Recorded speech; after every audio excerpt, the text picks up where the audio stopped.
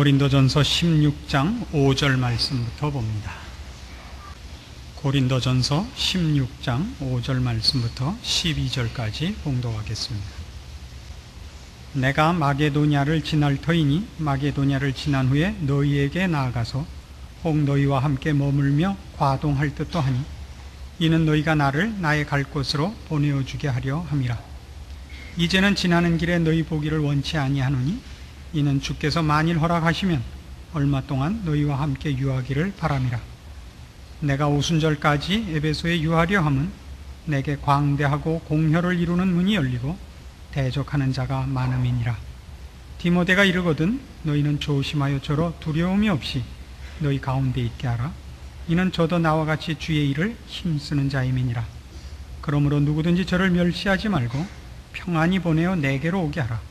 나는 저가 형제들과 함께 오기를 기다리노라. 형제 아볼로에 대하여는 저더러 형제들과 함께 너희에게 가라고 내가 많이 권하되 지금은 갈 뜻이 일절 없으나 기회가 있으면 가리라. 12절 말씀까지 봉독했습니다.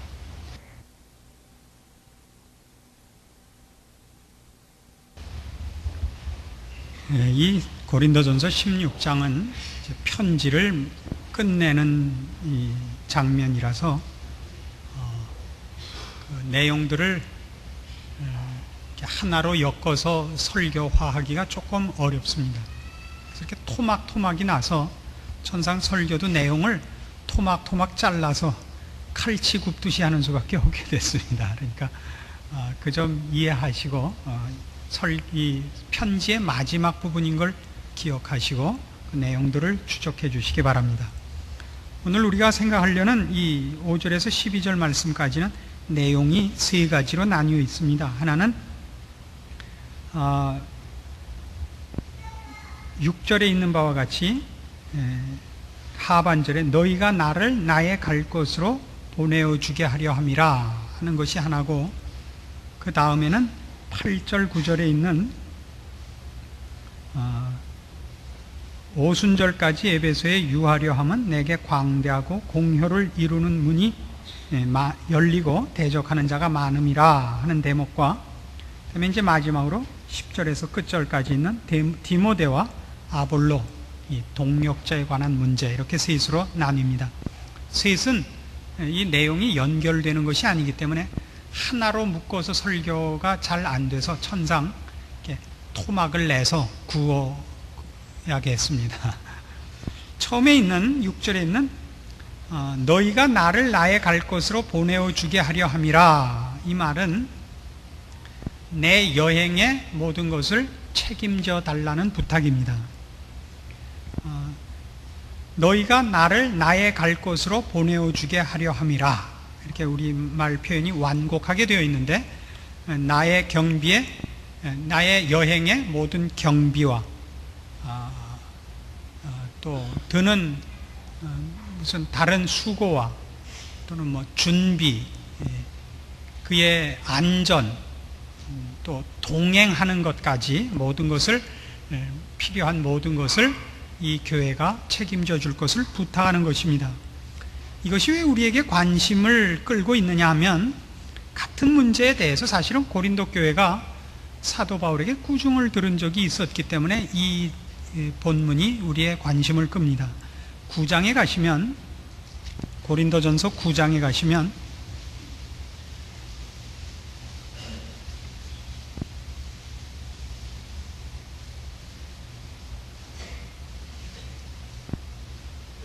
(9장 3절) 보십시오. 나를 힐문하는 자들에게 발명할 것이 이것이니 우리가 먹고 마시는 권이 없겠느냐? 우리가 다른 사도들과 주의 형제들과 게바와 같이 자매된 아내를 데리고 다닐 권이 없겠느냐? 어찌 나와 바나바만 일하지 아니할 권이 없겠느냐? 누가 자비량하고 병정을 다니겠느냐? 누가 포도를 심고 그 실과를 먹지 않겠느냐?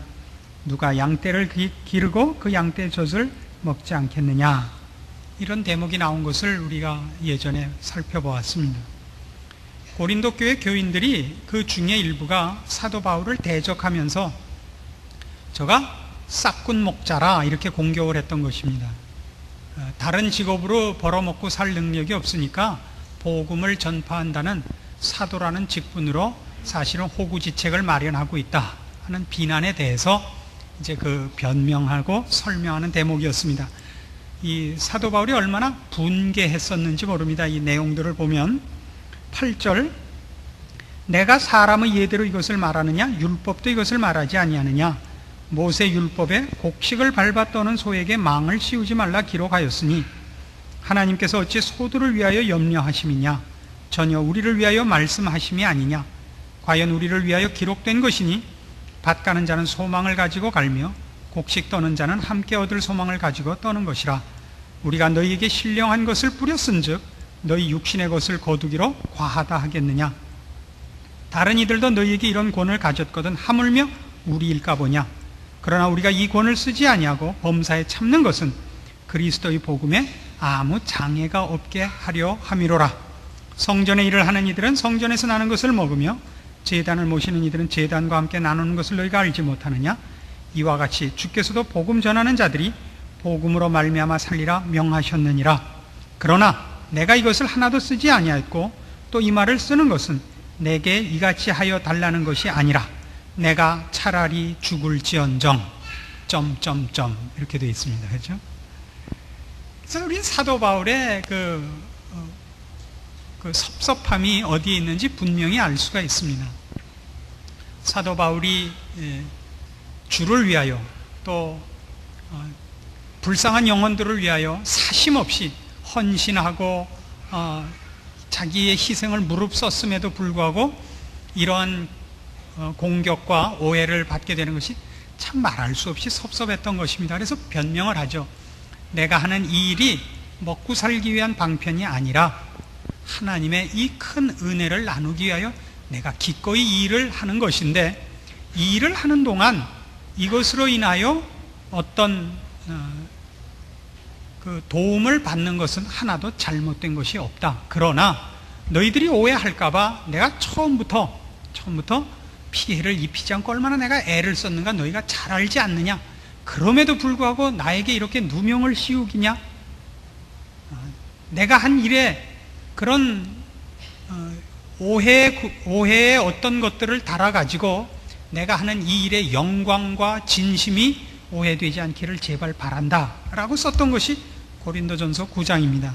그럼에도 불구하고 오늘 우리가 보는 이 본문에서는 고린도전서 16장 6절에서는 혹 너희와 함께 머물며 과동할 듯도 하니 이는 너희가 나를 나의 갈 곳으로 보내어 주게 하려 함이라. 너희가 내 여행의 경비와 필요한 모든 것을 책임져 주기를 바란다라고 쓰고 있는 것을 우리가 만나기 때문에 우리의 주의를 끌는 것이 당연합니다. 바울이 이렇게 하는 것에 바울의 위대함이 있습니다.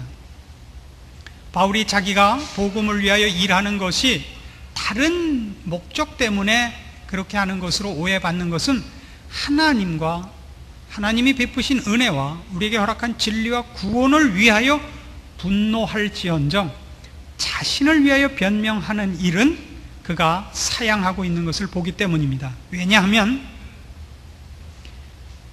사도 바울의 사역을 돕는 것으로 그 도움에 참여한 이들이 모두 하나님의 일에 동참하는 이 복을 얻게 될 것을 알기 때문에 바울은 자기가 개인적으로 오해받는 일이 있다 할지라도 복음의 방해가 되는 것이 아니라면 꿀꺽 삼킬 준비가 되어 있는 것입니다.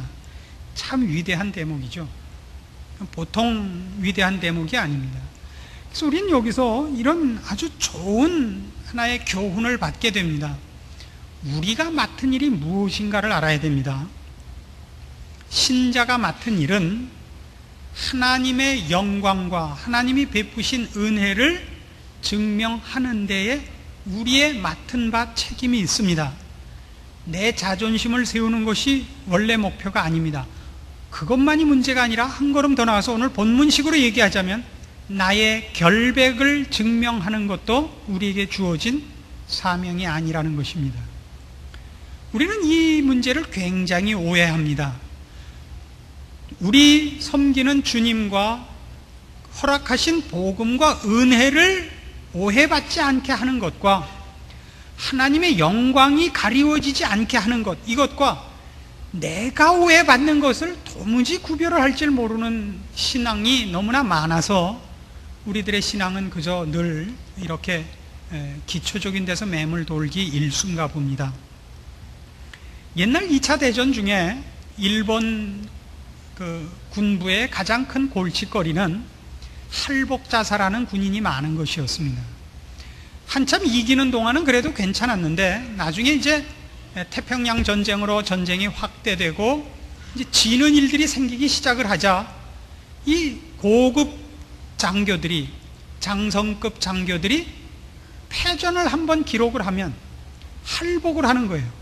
천황폐하를 뵐 면목이 없나이다 하고 유서를 써놓고 할복을 하는데 이게 아주 골칫거리였단 말입니다. 그가 얼마나 책임감을 갖고 있었는가, 그가 얼마나 국가를 위하여 오직 한 마음을 갖고 있었는가라는 단심이 증거는 되지만 한 나라를 위하여 자기가 져야 되는 책임을 다하지는 못하고 있단 말이에요. 국가를 위하여 받은 바 책임보다 자기 개인의 책임이 앞서서 할복 자살이 자행되는 것은 큰 문제였습니다. 이런 건 오늘날 우리에게도 너무나 많습니다.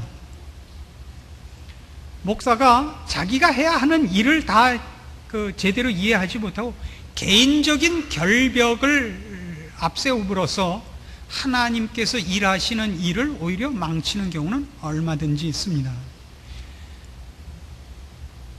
군인이 싸우다가 지면 포로가 돼야 됩니다. 자폭하면 안 됩니다. 물론 죽을 때까지 싸우는 것 좋습니다. 그러나 싸우는 것이 더 이상 도움이 되지 않으면 사로잡혀서 저 포로 수용소에 수용이 돼가지고 거기를 지키는 군인이 하나라도 더 늘게 만들어서 상대방 전투력을 감소시킬 책임이 있는 것입니다. 포로가 돼가면 구차하게 목숨을 보존한 사람, 이렇게 얕보면 안 됩니다. 군인으로 자기가 부름을 받고 나와서 싸우는 동안은 열심히 싸울 것이요, 목숨을 다하여 싸웠는데도 그 다음에 붙잡혀갖고 열심히 뒤에서 골치 아프게 굴어가지고 이 사람 때문에 일선에 나가야 되는 전투 병력 중에서 얼마가 와서 이 사람을 지키고 또 이 사람을 또 뭐 신문하고 해서 신문하다가 헷갈리고 화내고 흥분시키고 쓸데없는 소리 해갖고 적의 정보를 교란시키고 할 책임이 있는 거예요. 살아서, 치사하게 살아서 열심히 자기 국가를 위해서 일을 해야 되는데 이 왼수들이 그냥 짠하고 죽고 말면 그럼 아무것도 안 된단 말이에요. 무덤은 아무도 와서 안 지키걸랑요. 이게 군인의 책임이에요. 이게 모든 신자의 책임이기도 하단 말입니다. 여러분이 해야 되는 건 내가 신자로서 얼마나 멋지게 신자다운 면을 나타낼 수 있는가에만 치중해 있지, 여러분이 좀 더 치사하게, 좀 더 어렵게 살아서 적의 포로가 되어갖고 후방에서 적을 교란시켜야 되는 임무 같은 데는 거의 눈을 뜨지 못하고 있는 것이 우리 신자들의 현실이라 말입니다. 우리가 해야 되는 일이 무엇인지를 우리는 아직도 깊이 깨닫지 못하는 것이 아닌가 싶습니다. 그래서 사실은 교회 일을 하다 보면 이런 대목이 있습니다. 교인들 전체의 그 이해를 얻지 못하고 지금 해야 되는 일들이 생깁니다. 모두의 이해를 얻어서 결과를 만들어낼 수 없이 누군가 아는 사람 혼자 그 결정을 내려야 될 때에 그 결정을 내리는 근거가 뭐냐면 권위입니다. 권위란 그런 의미에서 독재성과 비슷해 보입니다. 그래서 영어에서 권위라는 말은 우리 잘 아는 authority라는 말을 씁니다. 근데 authoritarian 하면 독재입니다. 독재와 권위가 같은 어근을 갖고 있다는 건 상당히 재미있습니다. 왜냐하면 권위란 종종 상대방의 동의를 구하지 않고 한쪽에서 일방적으로 결정하는 어떤 힘이기 때문입니다. 그러나 권위와 독재는 다릅니다. 독재는 힘을 가진 자가 자기의 이익을 위하여 힘없는 자의 손해를 강요하는 힘을 독재라고 합니다. 그러나 권위는 진리를 이해하지 못하는 자에게 진리를 주어서 그로 하여금 손해를 보지 않게 하려는 힘의 그 행동을 권위라고 그럽니다. 그래서 성경은 권위 있는 책이죠. 주님의 말씀은 권위 있는 말씀이죠. 우리가 주님의 말씀을 다 이해하지 못합니다. 그러나 주님이 우리보다 진리와 영혼과 생명과 모든 것에서 절대적으로 오르시기 때문에 우리는 순종하는 것입니다. 그래서 기독교 신앙은 믿음과 순종 아닙니까? 믿음과 순종이라는 건 믿을 내용을 합의하는 것이 아닌 것입니다. 그래서 교회 일도 하다 보면 목사에게 하나님이 어떤 권위를 주신 것은 그런 결정 때문일 것입니다. 그래서 이런 결정을 내리는 데 있어서 교인들의 대표로 참여하는 이들이 장로님들이십니다. 그래서 우리가 보통 그 교회에서 존경을 받기도 하고 또 매도당하기도 하는 직분이 뭐냐 그러면 목사라는 직분과 장로라는 직분일 것입니다. 그 이유는 교인 여러분이 모두가 이해하고 합의하기 이전에 어떤 문제를 끼리끼리 결정할 수밖에 없는 책임을 갖고 있는 직분이기 때문에 그렇습니다. 그런데 그것을 잘못하면 어떻게 되느냐 하면 민주주의라는 이름으로, 민주화라는 이름으로 그것을 모두에게 설명을 하고 납득시킨 다음에 가려고 하는 결벽증이 생기면 일을 망친다 이겁니다. 상대방이 납득했을 때는 일이 글른다음이라고요. 일이 글른다음이라고요. 지금 프로판 가스가 열려 있고 성냥을 그으면 터집니다. 프로판 가스 마개가 열려있는 줄을 아무도 모릅니다. 전문가 한 사람만 보고 알았습니다. 무색무취죠. 이거는 큰일입니다. 창문을 열고 환기를 하고 지금은 화기를 조심하십시오. 그러나 모두가 우리는 인정할 수 없습니다. 그래서 어떻게 확인하기로 해요? 불을 켜봅시다. 그럼 망하는 거죠. 뭐 확인은 되죠. 확인과 함께 끝장나는 것 아닙니까? 재난이 함께 오는 것 아닙니까? 그럴 때는 어떻게 해야 돼요? 전문가가 있는 힘을 다해서 무력으로라도 무슨 수를 써서라도 그 사태를 막아야 되는 것 아닙니까? 목사의 어려움, 장로의 어려움과 마찬가지로 신자의 어려운 책임의 내용이 여기에 있는 겁니다. 여러분들이 이 세상에서 여러분 친구에게, 아니 세상 전체를 향하여 여러분이 하는 얘기와 여러분이 제안하는 것과 여러분이 증명하는 것이 이것이 맞는지 틀리는지를 지금 확인할 방법이 없습니다. 그러나 우리는 압니다. 우리만이 압니다. 저들은 모릅니다.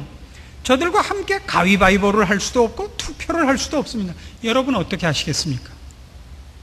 권위 있게 있는 힘을 다 하시는 수밖에 없습니다. 그렇지 않습니까? 일종의 어거지를 쓰셔야죠. 그 어거지가 상대방의 반발을 사는 어거지라면 고려해 봐야겠지만 상대방이 등을 돌리는 것이 아닌 정도라면 뭐든지 할 수밖에 없습니다. 그러니까 여러분은 여러분이 세상 앞에서 해야 되는 신자로서의 책임을 할 때 상대방이 어지간히 싫어하고 반대하는 것 정도로 난 나 할 일 다 했어 하고 돌아서면 여기에 걸린단 말입니다. 차라리 죽을지언정해서 끝나버린 겁니다. 잘났지요? 결백하지요? 자존심이 있죠? 그러나 거기까지 가서 그치면 안 됩니다. 더 가셔야 됩니다. 내가 너를 빗겨 먹으려고 그러는 것이 아니요, 너를 속여 먹으려고 그러는 것이 아니다. 내 들어서 내 이 말 다시 하면 네 아들이다. 그리고 나와서 다시 들어가서 아까 한 말 이해했지? 그러니까 이제부터 사심없이 이 말을 들어야 된다 라고 다시 쳐들어가는 끈질김과 배려와 책임이 있어야 되는 것이 신자라 이렇게 가르치는 것입니다. 알아들으신다? 난 3번 했습니다. 아니요, 5번 하십시오. 난 5번 했습니다. 아니요, 7번 하십시오. 주님이 몇 번 하라 그랬어요? 70번씩 7번. 77이 77. 7700번이라도 하세요. 그게 무슨 곱셈의 문제겠어요? 그렇죠? 우리가 맡은 일의 내용의 중요함과 그 내용이 상대방에게 전달되지 않는다는 것을 알 때 여러분은 어떻게 해서든지 모든 사람이 주께서 베푸시는 구원과 은혜에 동참하도록 하기 위한 모든 수단과 방법을 동원해야 되는 것입니다. 거기까지 하지 않으면 여러분은 여러분의 책임을 다하지 않은 것이 됩니다. 두 번째로 기억할 것은 여기 8절 9절에 있는 것입니다. 내가 오순절까지 에베소에 유하려 함은 내게 광대하고 공효를 이루는 문이 열리고 대적하는 자가 많음이니라. 참 재미있습니다. 사도 바울이 간 곳에는 하나님께서 택하신 백성들이 있습니다. 사도 바울이 그들을 하나님의 백성으로 불러내야 되고 거듭나게 해야 됩니다. 그러나 그런 곳엔 어느 곳이나 예외 없이 그를 대적하는 세력도 있습니다. 산딸기 있는 곳에 뱀이 있습니다. 우리 옛날 동료 아닙니까? 우리가 일을 해야 되는 곳에 적도 진을 치고 있습니다. 이것이 없기를 바라지 마십시오. 순탄한 길을 가서 꽃을 꺾어 오고 순탄한 길을 가서 열매를 거두어 올 거라고 계산하지 마십시오. 그리고 우리 대적이 많다고 해서 거기는 전부 적군만 있다고도 생각하지 마십시오. 이건 사도 바울의 생애를 특징 짓는 것이며 동시에 신자 모두의 생애를 특징 짓는 것이기도 합니다. 우리는 성경 속에서 가장 놀라운 변화를 받은 사람을 누구를 듭니까? 사도 바울을 들어야 됩니다. 사도 바울만큼 예수 믿을 조건에서 가장 나쁜 조건에 있었다는 사람이 누가 있습니까? 그러나 그가 변하고 가장 크게 주를 위하여 일하는 사람이 되었습니다. 누가 사도 바울이 회심할 줄 알았습니까? 주께서 아나니아를 불러서 바울에게 가라고 할 때, 이 사울에게 가라고 할 때 아나니아가 뭐라 그랬습니까? 이 사람이 그동안 주와 주의 성도들을 어떻게 핍박한 것을 주께서도 아시지 않습니까? 그 말은 모두가 회개를 해도 저 사람만은 안 할 것입니다 라는 대상이었습니다. 그가 변했습니다. 우리는 누구에게도 저 사람은 희망이 없다라는 딱지를 붙여서는 안 됩니다. 우리는 모두에게 하나님의 기적과 하나님이 베푸시는 은혜가 일어날 수 있다는 걸 기다려야 됩니다. 아무에게도 우리는 이 사람은 더 이상 희망이 없다는 도장을 찍지 않으며 이 시대는 더 이상 희망이 없다는 도장도 찍지 않습니다. 우리가 살아있는 한, 그리고 내가 살아서 하나님의 자녀로 일하는 동안 내가 만나는 모든 일과 시대와 사회와 환경과 사건과 인물에 대하여 우리는 언제나 이 두 가지 면이 있음을 잊지 않아야 됩니다. 우리가 하는 일에 대적이 있음과 우리의 대적이 바로 하나님께서 불러 회개시키려는 사람들 중에 하나인 것을 우리는 놓치지 않고 봐야 됩니다. 왜냐하면 우리는 자칫 잘못하면 신앙의 행위들을 신자끼리 모여서 하는 경우가 많습니다. 우리는 하나님을 모르고 하나님을 대적하는 사람을 바꿔내야 되는 싸움을 하고 있는데 그렇게 안 하고 우리끼리 합니다. 그래서 나가서 누구를 변화시키고 구원 얻게 한 상대방을 전리품으로 생각을 하는 경우가 많습니다. 이것만큼 전도의 방법에 있어서 신자들이 많이 행하는 그 잘못도 없을 줄로 압니다. 그 사람이 잃어버린 아들, 잃어버린 한 마리 양이 아니라 우리끼리만 동급한 고급한 대등한 존재고 저쪽은 전리품이라서 가서 누가 많이 주워왔느냐고 안 쫓아오면 거침없이 버리고 잊을 수 있는 대상, 잡아와도 전리품이요 놀이개로 취급되는 이런 생각에서 벗어날 수 있어야 됩니다. 한 영혼들에 대하여 그가 지금 영적 수준이 낮든가 지금 전혀 하나님을 알지 못하는 수준에 있다 할지라도 우리는 하나님의 베푸시는 은혜와 구원으로 인하여 모든 사람에 대하여 이런 믿음 속에서의 기대와 믿음 속에서의 대접으로 그 한 영혼을 귀하게 여기는 법을 가져야 됩니다. 아무리 많은 대적, 아무리 무서운 대적이 우리 앞에 있어도 그 사람까지 포함하여 우리의 전도와 나눠야 할 은혜의 대상입니다. 신자들은 그가 당하는 모든 어려움과 처한 모든 악한 상황에서, 그리고 그 일을 만들어낸 어떤 사람에 대해서도 이런 신앙적인 기대와 용서와 온유와 주님이 가지신 그런 마음을 가질 수 있어야 됩니다. 마지막 세 번째는 10절에서 12절에 있는 내용입니다. 디모데가 이르거든 너희는 조심하여 저로 두려움이 없이 너희 가운데 있게 하라. 이는 저도 나와 같이 주의 일을 힘쓰는 자임이니라. 이렇게 나옵니다. 디모데는 이 당시에는 아직 젊은 때입니다. 디모데서에서도 나오는 바와 같이, 그래서 바울이 디모데에게 권면하는 말 중에 저희로 너의 연소함을 업신여기지 못하게 하라 하는 권면을 우리가 읽기 때문에 분명히 알 수 있습니다. 그럼 우리가 알아야 되는 것은 목사라는 직분, 대표적으로 목사라는 직분은 그가 능력으로 획득한 직분이 아니라는 것을 깊이 이해할 필요가 있습니다. 하나님께서 한 사람에게는 빨간 옷을 입히고 한 사람에게는 노란 옷을 입히고 한 사람에게는 파란 옷을 입힌 것과 같습니다. 빨간 옷을 입은 것은 하나님이 이 사람에게 빨간 옷을, 이 사람에게 파란 옷을, 이 사람에게 노란 옷을 주신 것입니다. 그러니까 다 하나님으로부터 받은 고마운, 황공한 상입니다. 그렇게 생각을 하셔야 돼요. 목사로 부름을 받았든 일반 신자로 부름을 받았든 하나님께서 많은 신자 중에 누구를 골라서 목사를 뽑았다 이렇게 생각하니까 선택됐다는 생각을 가지는 거예요. 그게 아니라 목사로 부르듯이 하나님의 자녀로 평신도로 부르는 거예요. 그러니까 이렇게 많은 쪽으로 불렀기 때문에 값이 싸다 이렇게 생각하는 건 머리큐 두 자리들만 생각하는 겁니다. 바보 같은 목사들끼리 모였을 때 하는 얘기예요. 그거는. 저같이 괜찮은 식견을 갖고 있으면 절대 그런 생각을 하는 거예요. 많아서 값이 싸운다는 건 얼마나 바보 같은 소리예요. 공기라든가 물이라든가 숲이라든가 모래라든가 많고 많아서 너무나 좋은 거, 비유를 더 이상 잘 들어보세요. 얼마든지 많아도 얼마든지 좋은 거, 밤하늘의 별 이런 거네. 얼마든지 많아도 좋은 거는 저희 집사람은 돈 금방 이렇게, 돈은 필요 이상 있으면 그건 큰일 나는 흉기입니다.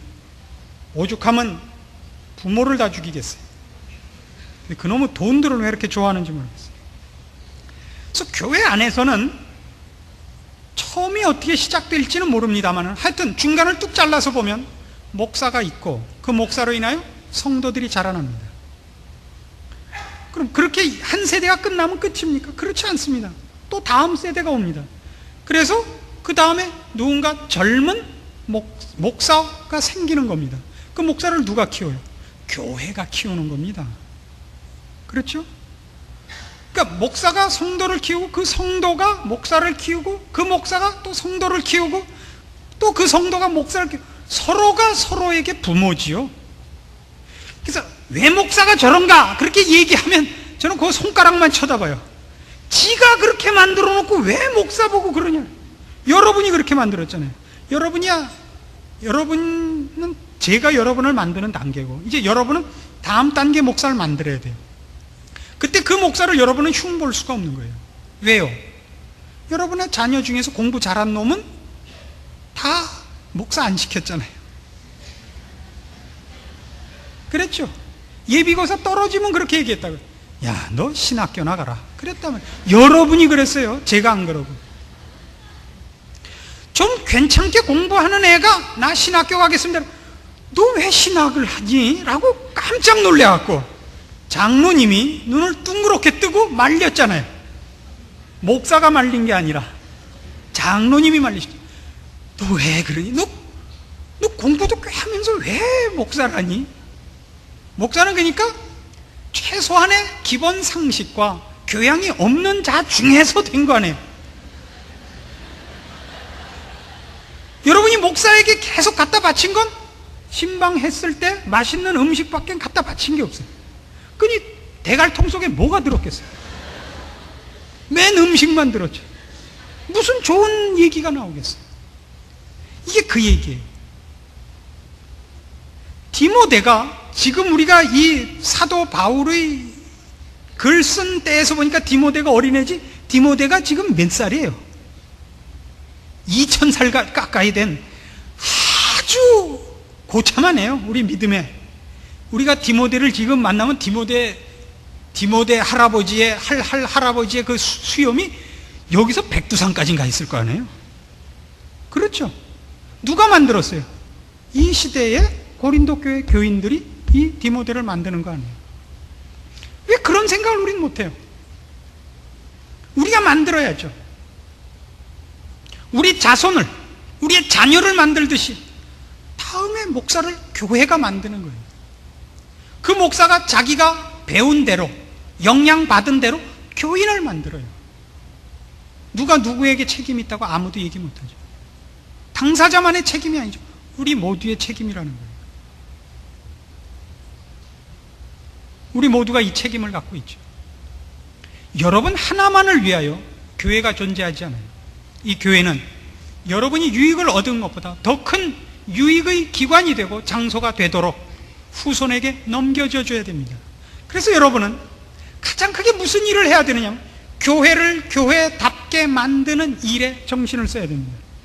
교회가 대외적으로 어떤 봉사와 구제와 전도의 행위를 하는 것보다 교회의 질과 분위기가 교회다운 교회가 되도록 하는데 여러분의 존재가 필요한 거예요.